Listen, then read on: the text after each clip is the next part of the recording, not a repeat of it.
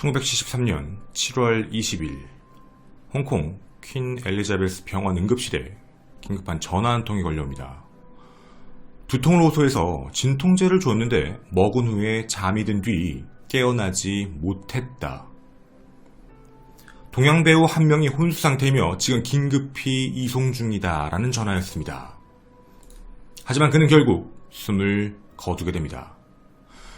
다음날 매스컴에는 대대적으로 보도되며 전 세계를 충격에 빠뜨리게 됩니다.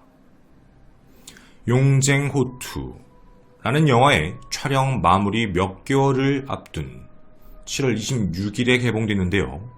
6일 전인 7월 20일 사망한 그 남자는 사람들에게 무술의 영웅이라 알려진 이소룡, 본명 이진번, 영문명 브루슬리입니다. 오늘 여러분과 그의 죽음에 대한 미스테리를 함께 파헤쳐보고자 합니다.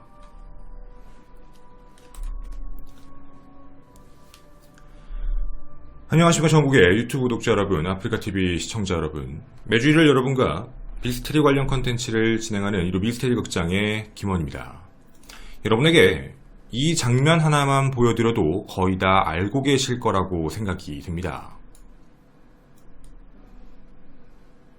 전 세계를 열광하게 만든 이소룡, 누구나 봤을 법한 모습입니다. 엄청나게 큰 근육, 그리고 특유의 제스처, 그리고 소리, 이런 것들도 아마 떠오르실 겁니다. 가장 많이 알려져 있는 건 이런 쌍절곤과 그리고 아마 노란색 트레이닝복이었겠죠.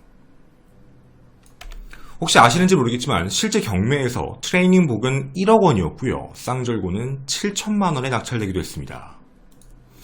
우리에게 잘 알려진 연문의 제자이기도 하고요.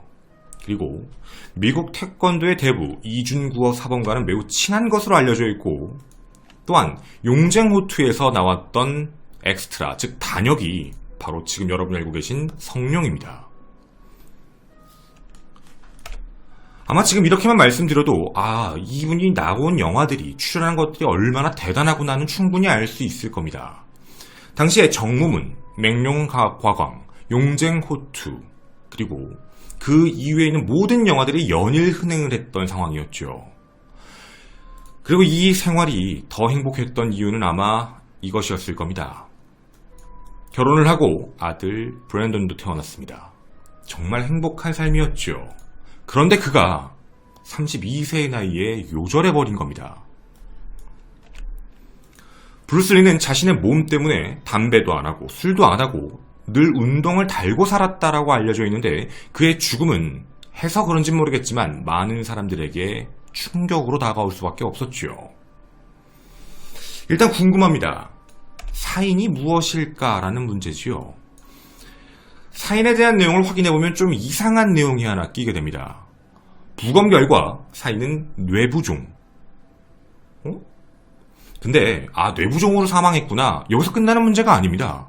뇌부종이 왜 생겼는지가 안 나오는 겁니다. 사망한 건 알겠는데 왜?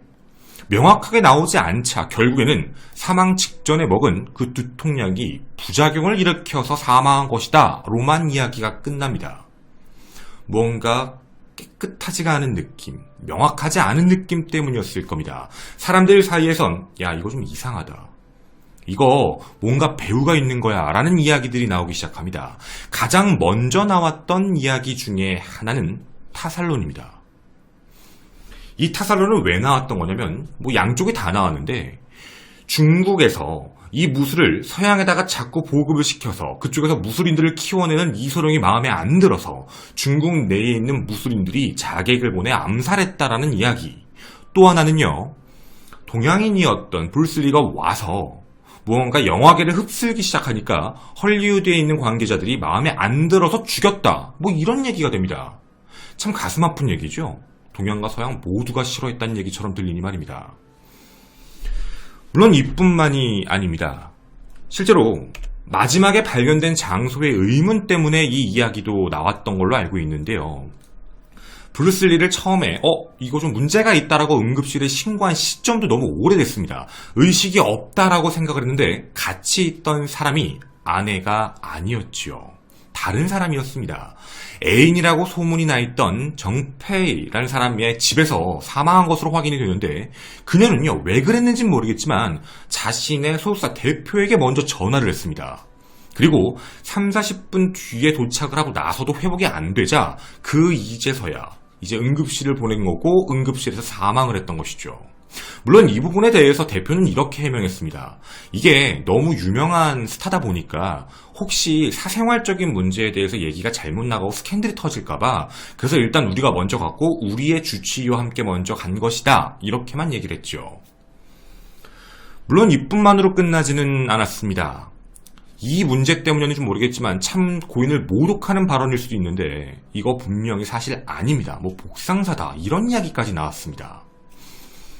분명 갑작스러운 죽음인데 부검의조차도 다른 전문가들도 뭔가 이상하다. 뇌부종만으로 죽었다는 게 좀 이상하지 않느냐라는 이야기가 자꾸 나오다 보니 공식 사용 자체, 공식 하인 자체는 약품 부작용 그리고 그로 인한 뇌부종 이렇게 끝났습니다.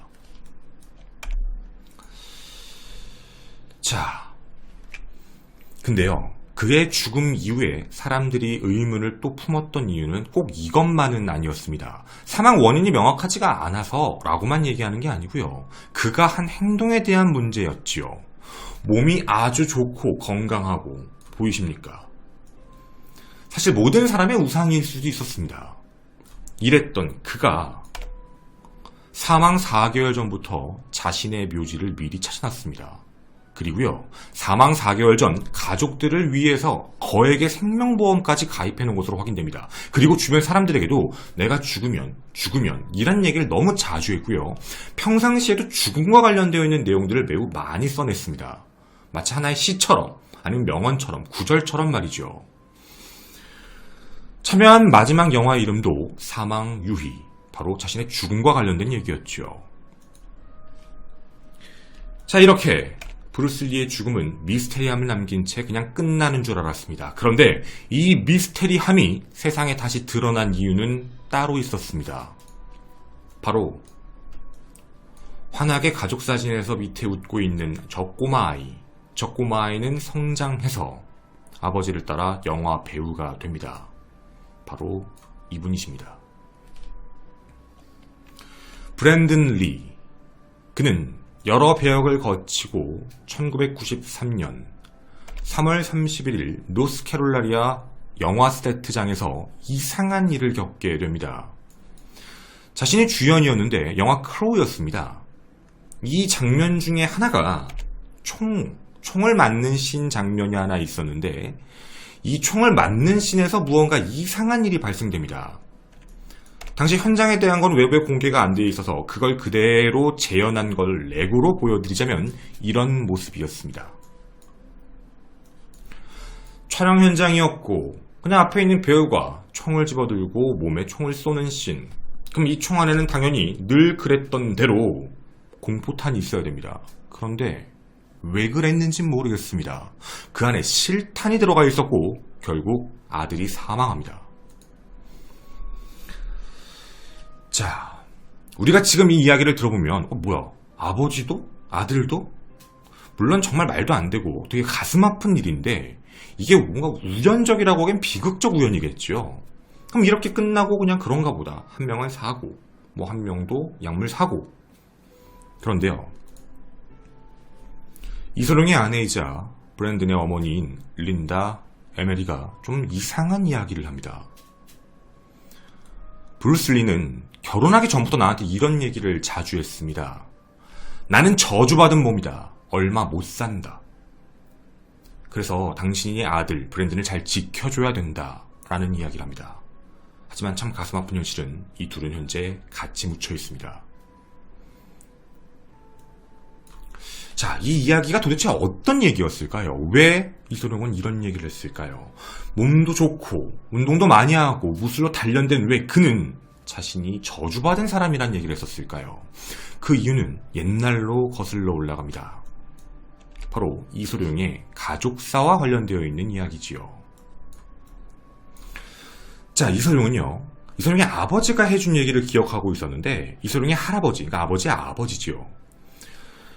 이소룡의 할아버지가 명당을 매우 잘 찾는 신동이 한 명 있었다고 합니다. 풍수지리를 되게 잘하는 신동이죠.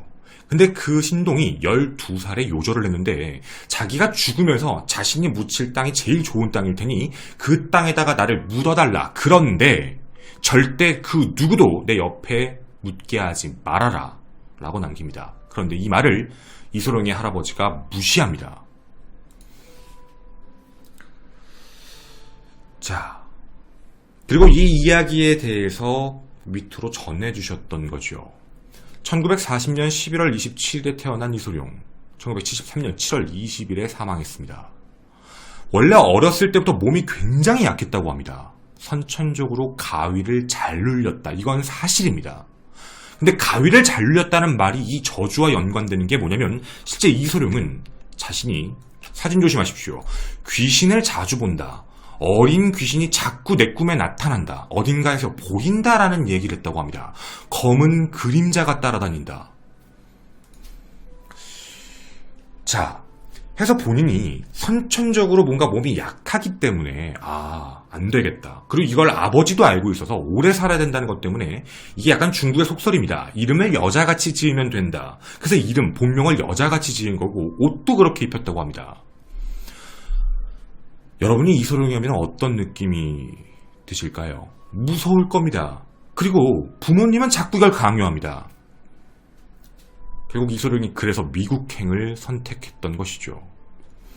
근데 이 미국행을 선택했던 이유, 그리고 자신이 무술을 하며 몸을 키웠던 이유가 뭐였냐면 18살에 가위를 눌렸는데 그 그림자 형태를 또 보게 된 겁니다.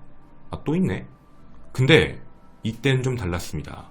이 그림자가 이런 이야기를 합니다. 너희 아빠는 64에 죽을 거고 너는 그거에 반도 못 살아. 그 음성이 너무 뚜렷하게 들렸던 거죠. 해서 원래 이소룡이 무술을 했던 계기 중에 하나가 몸이 약해서 가위 때문에 라는 얘기가 있지만 이게 저주의 얘기가 합쳐지면 이걸 자신의 몸을 지키기 위해서 연습을 했다라는 이야기가 내려오게 된 겁니다. 그리고 몇 년 뒤에 자신이 아는, 브루스리가 알고 있는 많은 풍수 전문가들에게 물어봤더니 가위에서 벗어나려면 이 나라를 떠나라. 그래, 가자. 그리고 미국으로 떠났지만 문제는 이 귀신은 미국까지 따라왔습니다. 매일 밤 이소룡을 찾아와 이 검은 그림자는 괴롭혔고요.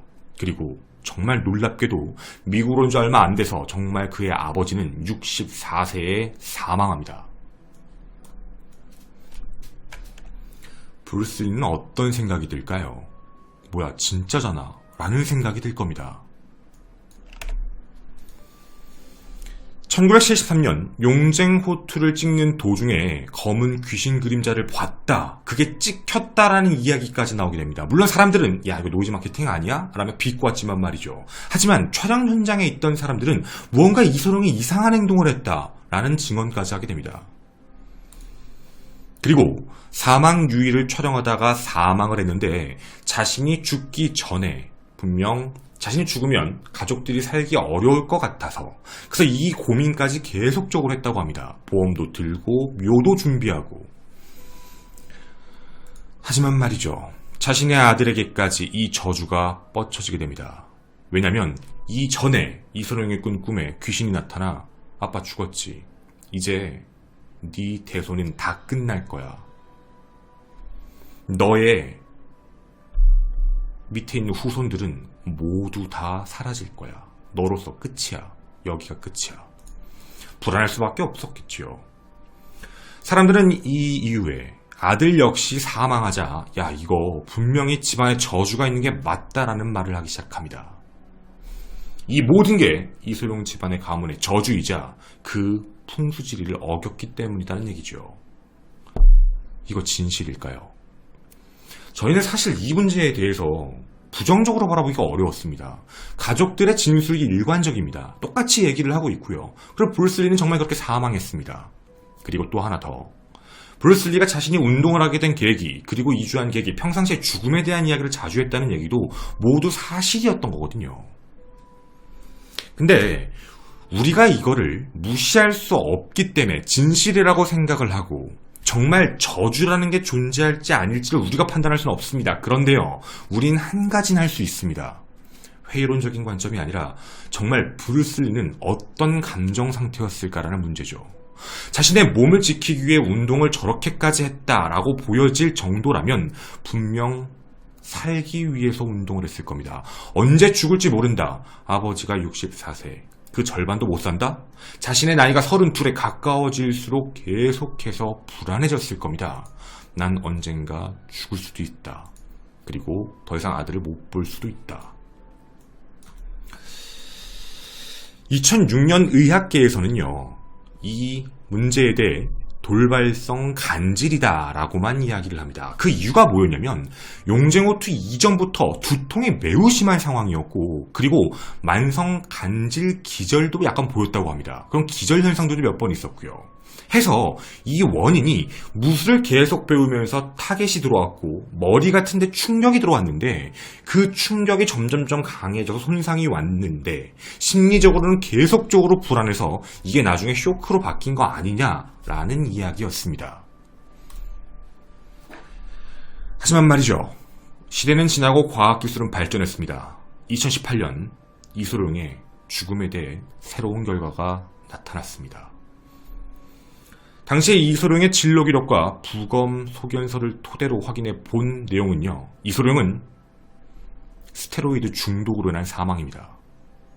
당시에는 스테로이드의 부작용이 강하다는 걸 모르고 있던 시대입니다. 다만 도와준다, 강하게 한다 라는 이야기만 있었지요.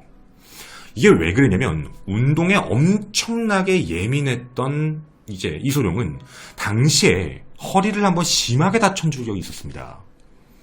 그리고 그 허리 운동 자체 때문에 몸이 자꾸 아프니까 그걸 억제하기 위해서 스테로이드의 성분이 들어가 있는 약물을 지속적으로 주사해서 맞았는데 이 약물이 부작용을 일으킨 것 같다는 얘기입니다. 그 이유가 뭐였냐면 이 주사의 대표적인 부작용이 있습니다.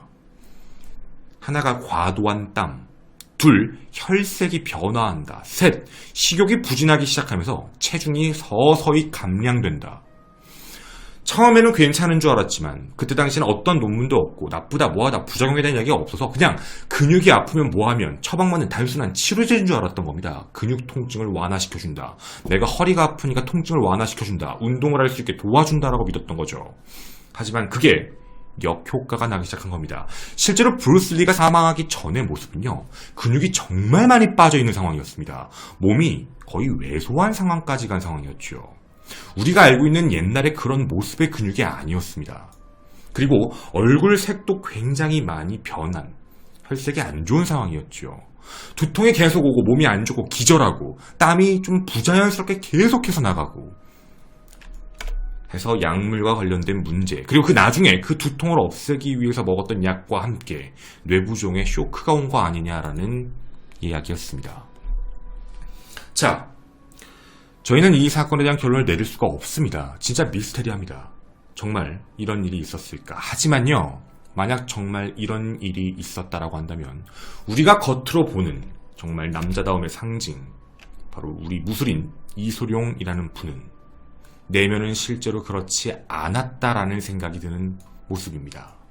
그의 겉은 화려하고 몸은 탄탄하고 근육도 많고 많은 사람들의 우상이었을지 모르겠지만 그는 어쩌면 자신의 가족을, 그리고 자신의 아이를, 그리고 자신의 생명을 지키기 위해 운동을 했고, 그리고 그 불안감이 점점 강해지다 결국 그 무게를 견디지 못한 것이라는 생각입니다. 많은 사람들의 영웅 브루슬리입니다. 아들과 함께 그 세상에서는 행복하셨으면 좋겠습니다.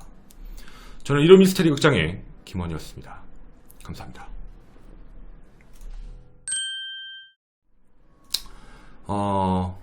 실제로 브루슬리는 여러분들 지금 몸 보시면 아시겠지만 이게 가장 몸이 좋았을 때 모습이에요. 나중에 이제 사망 직전에 찍었던 영상들의 몸을 보시면 얼굴도 살이 다 빠져 있어요. 얼굴도 살이 없고, 그러니까 식욕 부진에다가 여러분이 아는 이소룡의 얼굴이, 왜냐면 이소룡이 원래는 가족 사진을 저희가 한번 보여드리면 여러분이 아마 느낌이 오실 거예요.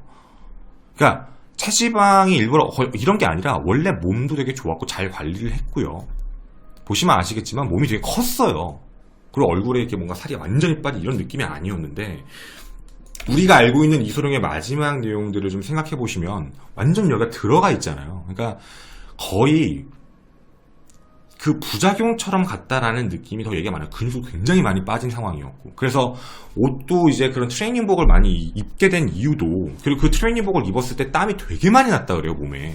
근데 이제 이 이야기에 따라서 여러 가지 이야기가 나왔는데, 뭐, 어디에서는 땀 나는 걸 막는 수술을 했다가 혈압이 올라서 사망했다는 설도 있고요. 근데 여러 가지 설은 있는데, 제가 이 방송을 준비하면서 느꼈던 감정은, 진짜 미스테리한데 저주가 진짜일까 아닐까 보다도요. 사실 브루슬리 자체는 정말 불안하고 무섭고 힘들었지 않았을까라는 생각이 들었어요. 정말 무서웠을 거예요. 그러니까 자기가 얼마나 그러니까 자신이 어떻게 보면 저주를 피해서 어떻게 보면 넘어왔다는 얘기인데, 그렇게 잘 자리를 잡고 행복한 삶을 살고 싶은데 그 저주가 자꾸 떠오르고 자신의 수명이 얼마 남지 않았다라는 생각이 계속 들면, 그게 그냥 얼핏 듣고 지나가면 상관이 없는데 너 내년에 죽어 이런 얘기를 들으면 사람이 처음에 별거 아니겠지라고 생각할지 모르겠지만, 정말 그 사람이 얘기한 것 중에 대다수가 맞아떨어지는 상황으로 흘러가고 있다면 정말 극도로 불안할 거예요. 그리고 자신의 인기, 몸관리, 다치면 안 된다라는 강박관념, 그 다치면 안 되는 게 영화를 찍어야 되기 때문에일지는 모르겠는데, 뭐 그런 용도도 있겠지만, 자신의 이제 커리어 때문에 할 수도 있겠지만, 그것뿐만 아니라 이소룡이 자신의 몸을 강하게 키우려고 했던 이유 중에 하나는 이제 어렸을 때부터 선천적으로 약했다, 뭐 기가 허했다, 그리고 뭐 어렸을 때부터 이름을 여자처럼 하고 여자 옷을 입혔다는 얘기가 맞는 거 보면 진짜 이 저주의 전설이 이야기가 진짜 맞는 것 같다는 생각은 들어요. 그래서 어떻게든 피하고 싶어서 자신의 나라가 아닌 다른 나라로 가서까지 갔음에도 불구하고 이 일이 계속 지속돼 버린 거고, 만약에 이게 지금 현대의학이었다면 심리적으로 최대한 안정화시켜주지 않았을까라는 생각도 들고, 되게 어떻게 보면 안타까운 내용이죠. 그래서 제가 뭐 더 디테일한 내용들을 말씀을 드리는데, 이제 그거는 본방에서 말씀을 드리고요. 유튜브에서는 그냥 여기까지만 말씀드리고 하도록 하겠습니다. 하단에 보시면 주소 있고요. 가입하실 필요 없고 링크 클릭만 하시면 뒷이야기 들으시는 VOD 뜰 겁니다. 감사합니다.